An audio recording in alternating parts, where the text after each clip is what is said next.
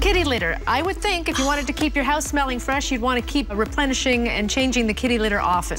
So this particular litter uses Attapulgite clay, which is 300 times more absorbent than the normal clay on the market. So you really don't have to change your litter for 30 days.